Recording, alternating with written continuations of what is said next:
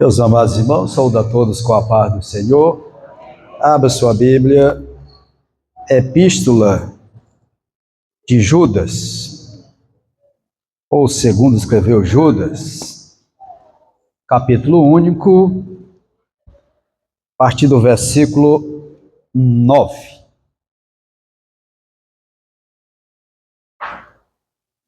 Judas, versículo 9. Fácil de encontrar, penúltimo livro da Bíblia.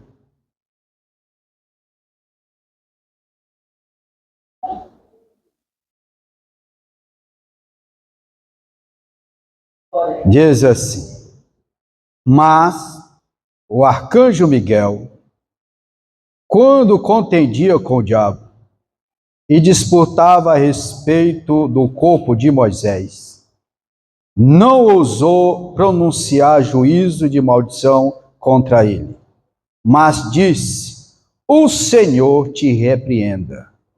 Estes, porém, diz mal do que não sabem, e naquilo que naturalmente conhece, como animais irracionais se corrompem.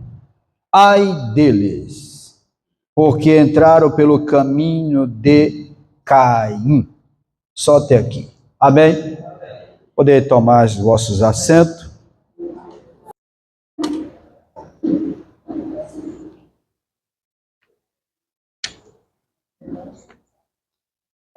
Continuando sobre a defesa da fé. Nós começamos aqui falando sobre a defesa da fé. E nós vamos continuar nesta noite até nós concluirmos essa epístola. Quem é esse Miguel Arcanjo, né? Vemos em algumas particularidades acerca deste magnífico príncipe celeste. Nas Sagradas Escrituras é tratado com especial deferência e honra.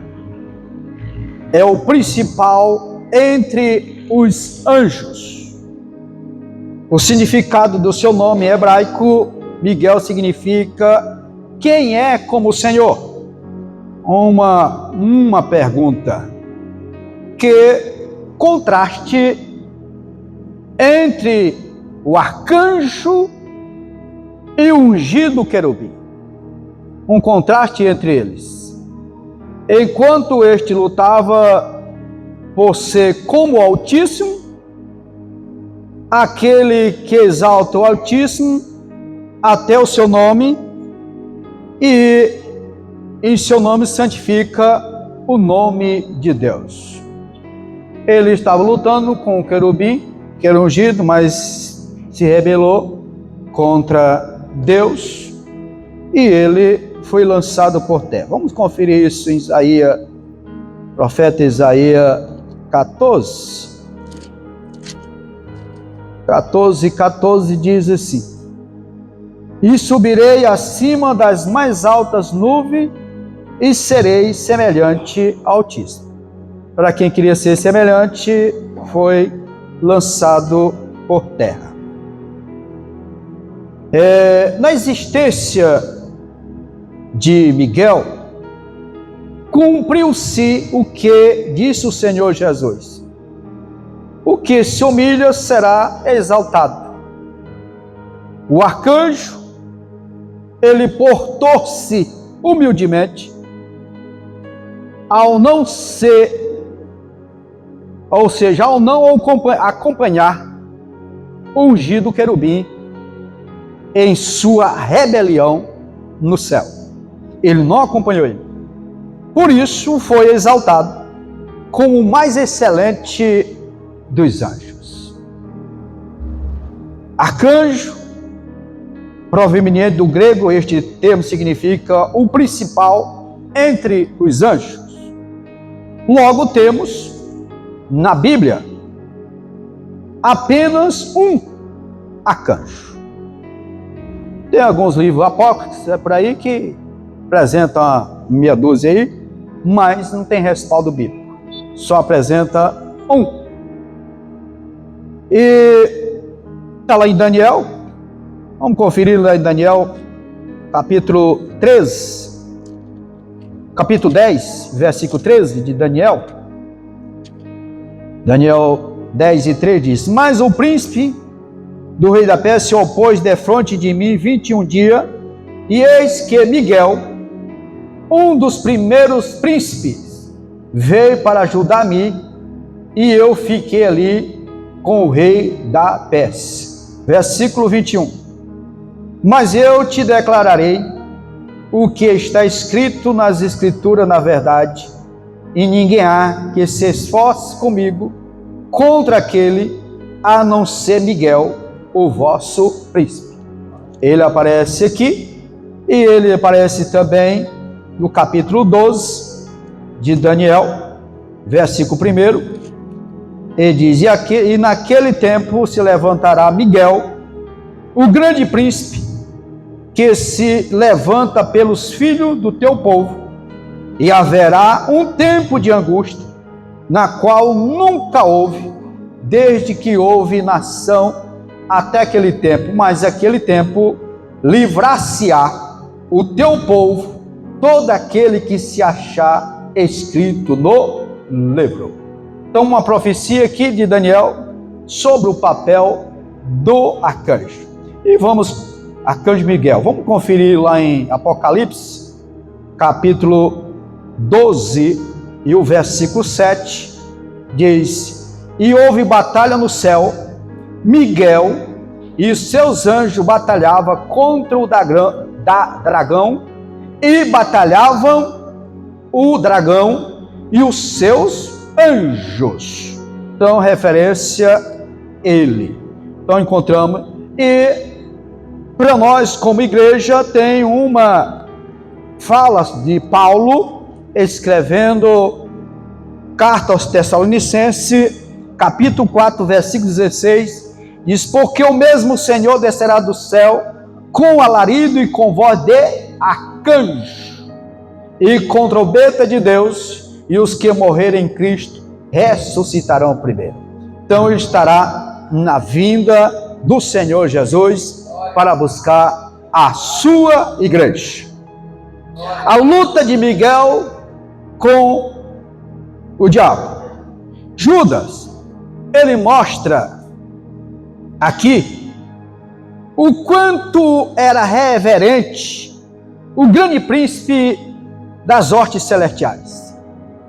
Mas o Senhor diz: mas o arcanjo Miguel, quando contendia com o inimigo, disputava a respeito do corpo de Moisés, não ousou pronunciar juízo de maldição contra ele, mas disse: o Senhor te repreenda.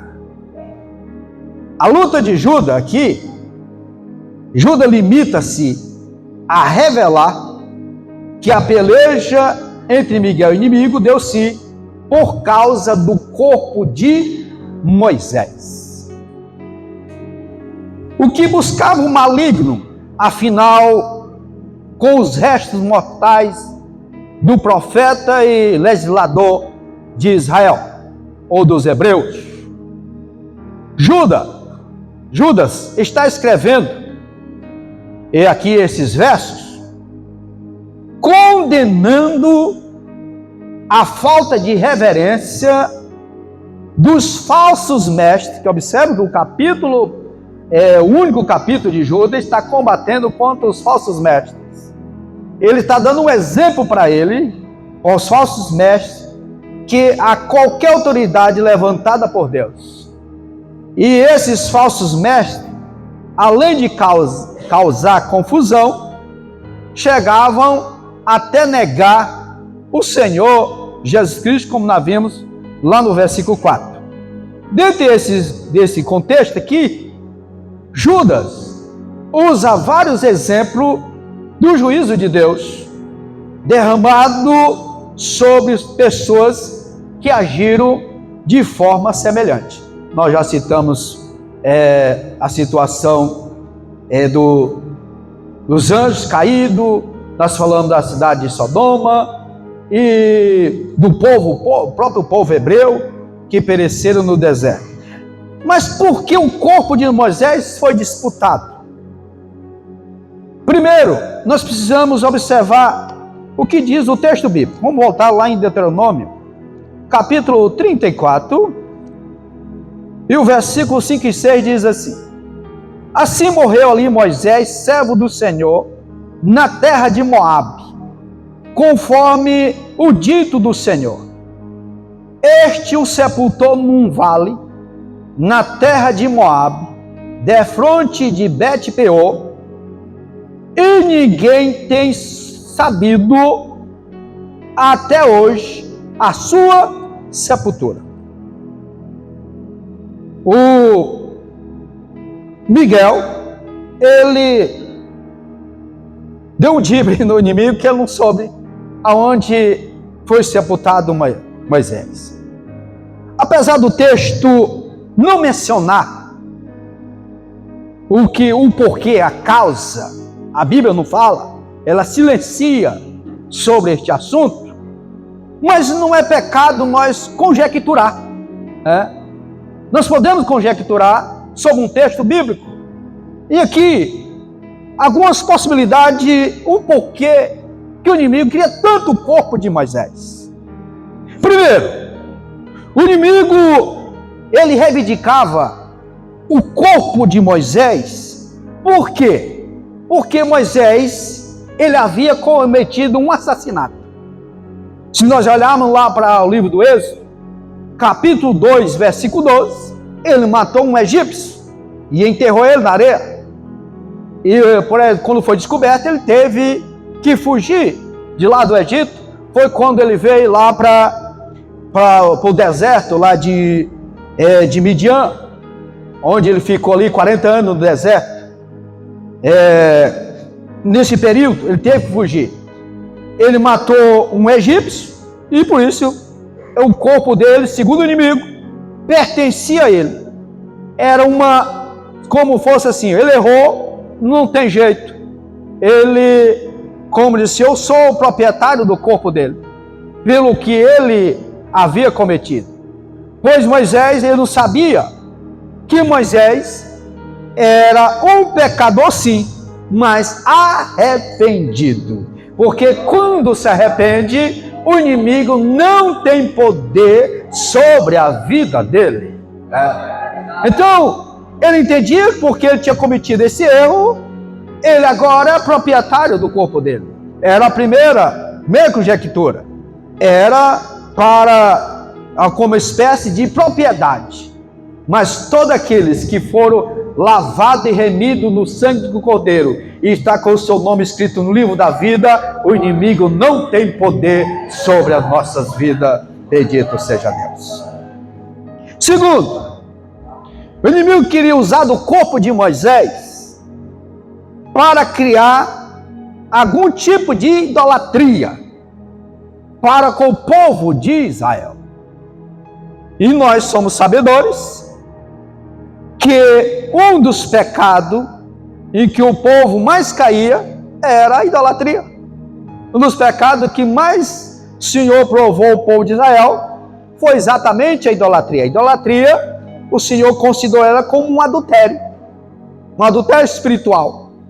É como o serviço do Senhor fosse trair ele com outros deuses. E foi o que mais prejudicou o povo de Israel. Todos os pecados foi a idolatria. Eu imagino que o corpo de Moisés sendo feito um tipo de Deus para o povo de Israel. Possivelmente, ele seria adorado, reverenciado. O povo virava um objeto de idolatria. O inimigo queria fazer algum tipo de profanação e humilhação do corpo de Moisés para ridicularizar a sua figura e o seu ministério diante de pessoas. E é exatamente isso que no dia que nós estamos vivendo, o que o inimigo quer é cirandar com o nosso ministério.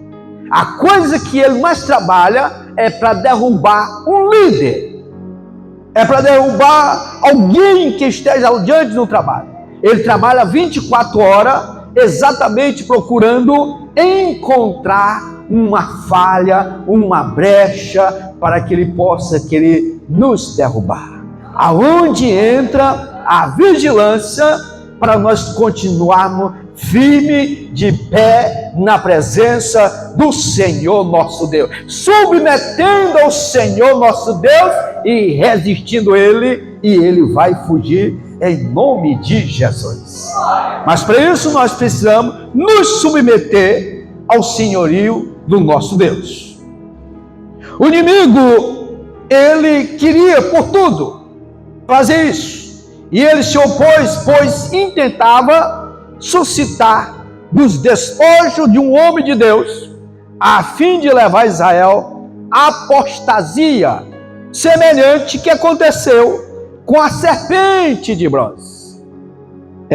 A serpente de bronze foi aquele episódio, vamos ver lá em Números, capítulo 21, que o povo desobedeceu a Deus na caminhada para a terra prometida. O povo obstinado a desobedecer a Deus, e além de desobedecer, começaram a murmurar. E agora não foi contra Moisés, não, foi contra Deus e Moisés. Primeiro eles murmuraram contra o Senhor, e depois contra Moisés. Você pode ver Números capítulo 21, e a partir do versículo 4, nós vamos ver essa história narrada. Andando pelo deserto, e quando chegou nas terras de Edom da descendência de Esaú, irmão de Jacó, eles não deixaram o povo passar, tiveram que... Aí ali foi quando eles viram naquele deserto, reclamando que o Senhor tinha tirado eles lá do Egito, para morrer naquele deserto, passando fome e sede, e já estavam reclamando do maná que Deus havia mandado para ele.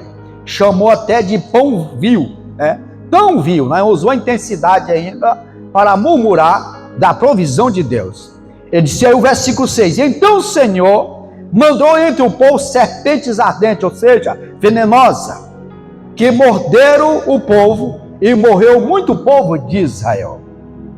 E pelo que o povo, quando viu a mortandade, vieram até Moisés, e quando chegaram até Moisés, disseram, havemos pecado. Reconheceram que havia o pecado, havemos pecado, porquanto temos falado contra o Senhor, mesmo testificaram que haviam murmurado contra Deus e contra ti, ou seja, contra Moisés. Ora ao Senhor, pediu que ele orasse ao Senhor, que tire de nós essas serpentes. E então Moisés orou pelo povo, e disse o Senhor a Moisés, Deus, aqui nós vemos que o Senhor, ele ouviu e atendeu a oração de Moisés. Nosso Deus continua ouvindo a oração e atendendo no tempo oportuno. Aleluia. E disse ele, faz uma serpente ardente e põe-na sobre uma haste, e será que viverá todo mordido que olhar para ela. E assim aconteceu.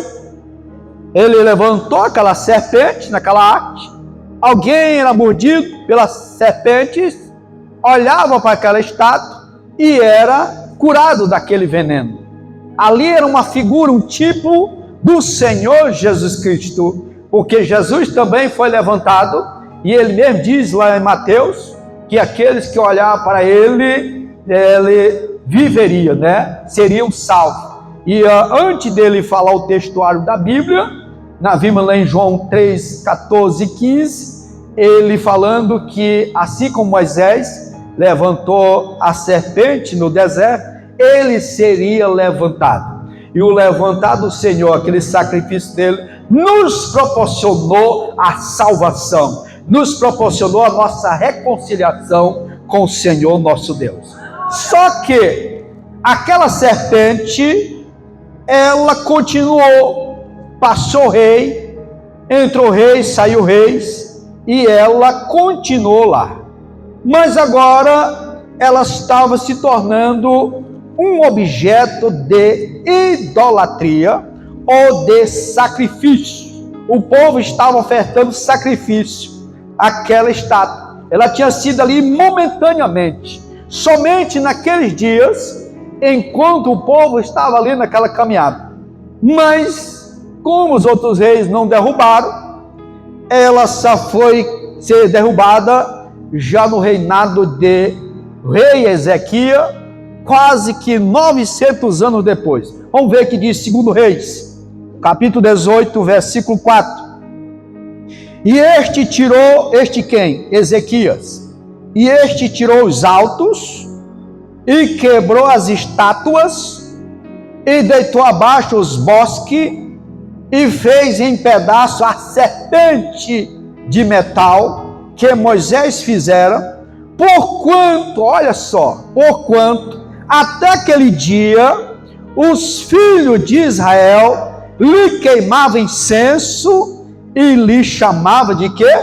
Neustã. Então, ali era o inimigo queria fazer com o corpo de Moisés, assim como foi aquela estátua, ou seja, estava sendo um objeto de adoração.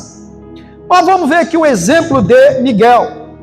Nessa peleja, o arcanjo, apesar de seus incríveis poderes, porque estava sobre a ordem de Deus, não ousou afrontar o adversário com as suas próprias forças, mas, fortalecido pela autoridade que em Deus possuía, combateu o inimigo e diz: o Senhor te repreenda. A autoridade do nome de Deus.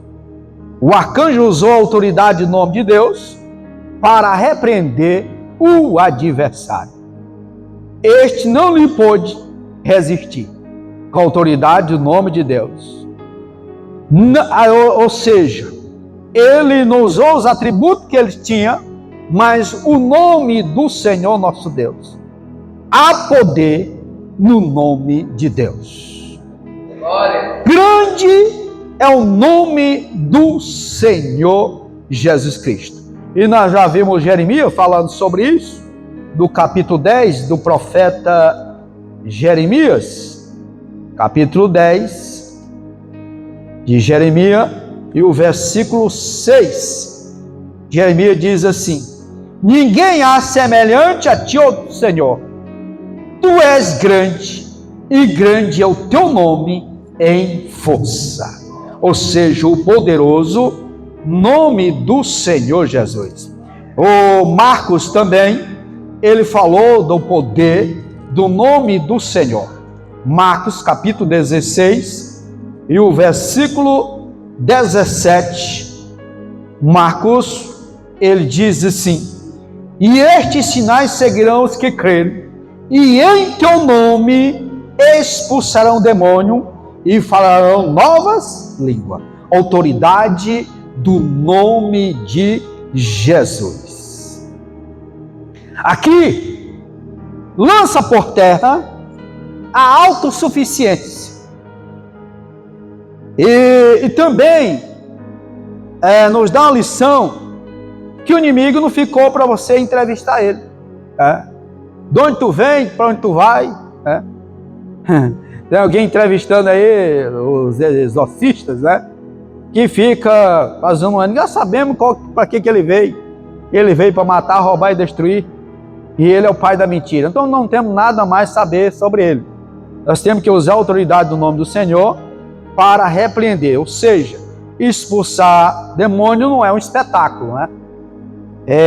Deve ser um ato de amor. Tem de visar a liberdade do oprimido. A preocupação é com quem está sendo oprimido.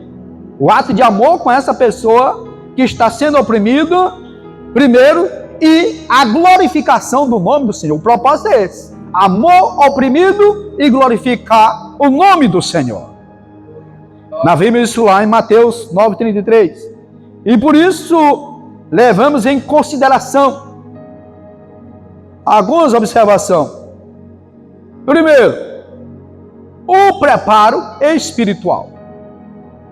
Estejamos sempre orando em espírito, e não em espírito de oração, porque não existe espírito de oração. Existe orar em espírito. E dentro dessa preparação, o próprio Senhor Jesus, ele diz que tem situação que nós precisamos de jejum e de oração. Está lá em Mateus 17, 21. Para que tenhamos autoridade, não sejamos envergonhados diante dessas situações. Já imaginou alguém ir lá ser chamado para libertar alguém que esteja oprimida, e quando chega lá o inimigo zombar da cara dele e dizer: tu que faz isso, isso e aquilo? Porque o inimigo não sabe o que nós pensamos. Ele não tem o poder da onisciência e nem um dos atributos de Deus. Onisciência, onipresença, onipotência ele não tem. Tem poder, a onipotência não. E o que ele sabe? Ele sabe o que nós fazemos. Tem um anjo dele que está a serviço dele, observando o que nós fazemos. Esse ele vê. Tudo que nós fizermos, ele está vendo. Assim como a Bíblia diz que ao nosso arredor está o anjo do Senhor. E o inimigo está ao derredor, procurando uma brecha para que venha perturbar, venha infiltrar. Então ele observa. O que nós pensamos, ele não sabe. Mas o que nós fazemos e falamos, ele sabe. Aí a pessoa faz algo que ninguém viu. No meu lugar, Deus viu e ele também. Deus viu e ele. Aí o que nós falamos? Quem está perto ouve, ele também, o anjo dele está ouvindo e fala o que falamos. Então nós temos que ter muito cuidado. Agora não é por isso que alguém vai orar em silêncio com medo do inimigo saber o que está orando. Nosso Deus é poderoso, não vai impedir a realização dos projetos na nossa vida, se estivermos em comunhão com o Senhor nosso Deus. Então, ele aqui, nós precisamos. Qual que é o exemplo de alguém despreparado? Vamos para o livro de Atos. A importância de nós estarmos preparados. Em qualquer momento, nós não sabemos o que possamos enfrentar. Atos dos Apóstolos, capítulo 19, versículo 13. Olha o que diz. E alguns dos exorcistas judeus, ambulantes, que andavam por aí procurando quem estava endemoniado para eles expulsar, né? Tentava invocar o nome do Senhor Jesus. Olha, tentava invocar o nome do Senhor Jesus sobre os que tinham espírito maligno, dizendo: conjuro-vos por Jesus a quem Paulo prega. Eu acho interessante dizer, a Bíblia é maravilhosa, mano. Ele diz: conjuro em nome de Jesus a quem Paulo prega. Olha a resposta, versículo 14. E os que faziam isto eram 7 filhos de Seva, judeu, principal do sacerdote. O pai dele tinha compromisso, mas o menino não. E respondendo, porém, o espírito maligno diz: conheço a Jesus e bem sei quem é Paulo. Mas vós, quem sois? Ao versículo 16. E saltando neles o homem que tinha o espírito maligno, assenhorando-se de 2, os outros devem ter corrido, pode mais do que eles, de tal maneira que nus e feridos fugiram daquela casa. E foi isto notório a todos que habitavam em Éfeso, tanto judeu como grego, e caiu o temor sobre todos eles, e o nome do Senhor Jesus era engrandecido. Não adianta só conhecer Jesus, Paulo, e não ter uma vida consagrada. É necessário que nós tenhamos uma vida na presença do Senhor, uma vida de santidade, uma vida consagrada. Primeiro, preparo espiritual. Segundo, espírito de reverência. Há muitos obreiros que, para servar o marketing pessoal, faz de uma verdadeira campanha publicitária para libertar os oprimidos do inimigo. Pergunta o nome do demônio para quem saber a procedência dele, né? Faz um marketing. E a gente vê enquanto vê isso, né? Nos canais aí, nas redes sociais, alguém usando desse aí. Então, a falta de reverência, não aprendeu com o arcanjo Miguel, né? Lição que ele nos dá que é repreender no nome do Senhor Jesus. Versículo 11. Aí, o versículo 10, Judas chama aqueles mestres como os animais irracionais, como alguém que não tem raciocínio, age por instinto. Olha a maneira que ele comparou a questão. Agora o versículo 11. Aqui, quando ele cita a história de Caim. Tudo começou quando ambos resolveram aqui apresentar o trabalho do Senhor, que é a história de Caim. Caim, a leitura que nós fizemos, diz versículo 11. Ai deles, porque entraram pelo caminho de Caim. Entraram pelo caminho de Caim. A oferta de Caim, nós sabemos que ele e seu irmão Abel foram ofertar sacrifício ao Senhor. E alguns comentaristas pensam que o Senhor rejeitou a oferta de Caim por ter sido esta uma oferenda vegetal e não cruenta como foi a de Abel. Mas o Senhor, se nós olharmos, jamais olhou para a espécie da oferta. Não era a espécie da oferta, mas sempre atenta para a qualidade de quem? Do ofertante. Não é a oferta em si, é o ofertante.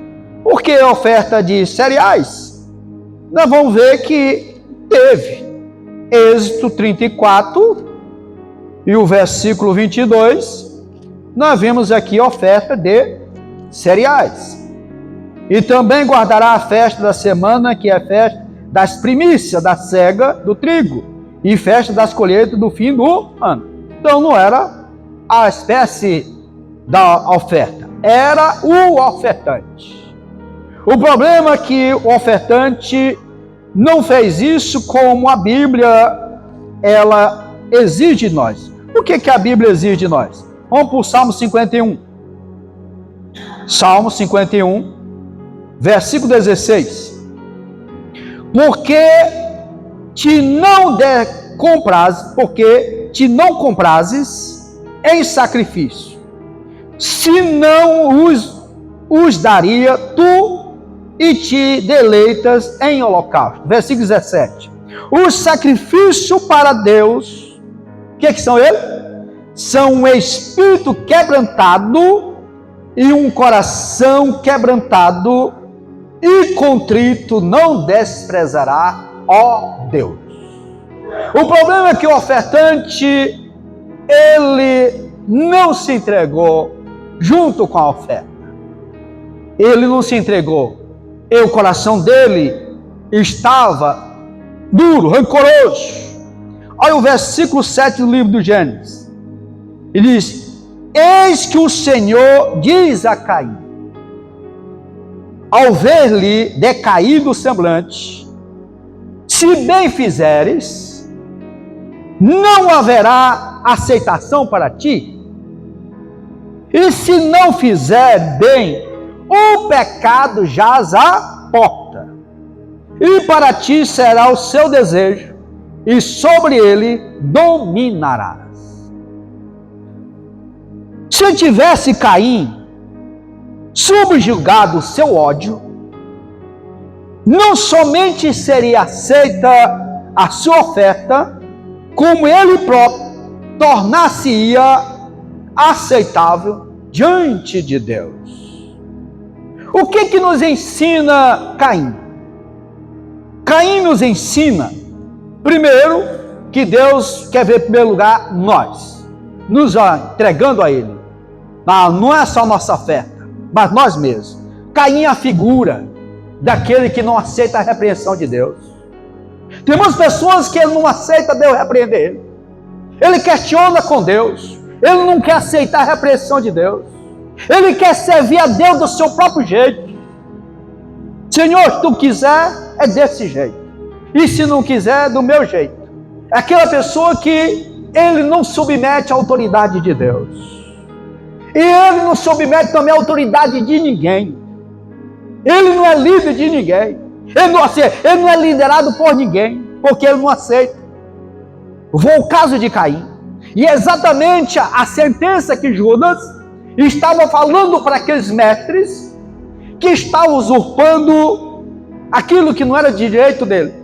Estavam distorcendo a palavra do Senhor. Ele citou o exemplo de Caim, que eles eram parecidos com ele, porque eles queriam servir ao Senhor do seu jeito. Não submetia à palavra de Deus. Se nós não nos submetemos à palavra do Senhor, nós nunca vamos obedecer nem a Deus e nem líder. Porque a palavra de Deus é o manual que nos orienta para nós servirmos a Deus e quem Deus constituiu. Mas Caim é daquele exemplo, ele não obedeceu nem à voz de Deus. Deus não tinha domínio sobre ele. O ponto que ele procurou se esconder de Deus. De Deus ninguém se esconde. Ele foi para a terra de Nod. Ele para lá construiu família, um império da sua descendência. Por quê? Porque não submeteu à vontade do Senhor nosso Deus. Ele tinha a oportunidade de oferecer sacrifício ao Senhor e agradar a Ele, mas não. Ele ofertou um sacrifício que foi agora se tornar abominável para o Senhor nosso Deus. O caminho de Caim é um caminho perigoso, é um caminho sem volta, porque não tem arrependimento. Se não tem arrependimento, não tem a graça do Senhor. Se não tem arrependimento, não tem mudança. Por que nós procuramos servir a Deus? Porque nos arrependemos e submetemos o senhorio do Senhor nosso Deus. Quando nós entregamos, ofertamos, dizimando, primeiro é nós. Se nós não entregarmos, não adianta entregar oferta por entregar. Porque é preciso que nós estejamos bem diante do Senhor, com nosso coração contrito e saber que estamos louvando e adorando o Senhor nosso Deus. Então o primeiro personagem desse texto aqui, que nós lemos, é Caim. Disse, entraram pelo caminho de Caim, o caminho da desobediência, o caminho da autossuficiência, o caminho do eu, o caminho do egocentrismo, o caminho da alta exaltação. E esse caminho é um caminho, porque antes de falar ai, e os ai de Deus é perigoso, ele disse ai deles. E aqui nós vemos qual foi a consequência da descendência de Caim. Então é um alerta, uma advertência dessa epístola para os nossos dias, que nós precisamos nos submeter ao senhorio do Senhor Jesus Cristo, e nós, nossa vida, nos doamos para Ele. O que nós ofertamos ao Senhor, primeiro a nossa vida, como um sacrifício vivo, santo e agradável ao Senhor, que é o nosso culto racional. E aquilo que Deus nos confia, nós adoramos ao Senhor nosso Deus. Amém? Que Deus continue falando ao nosso coração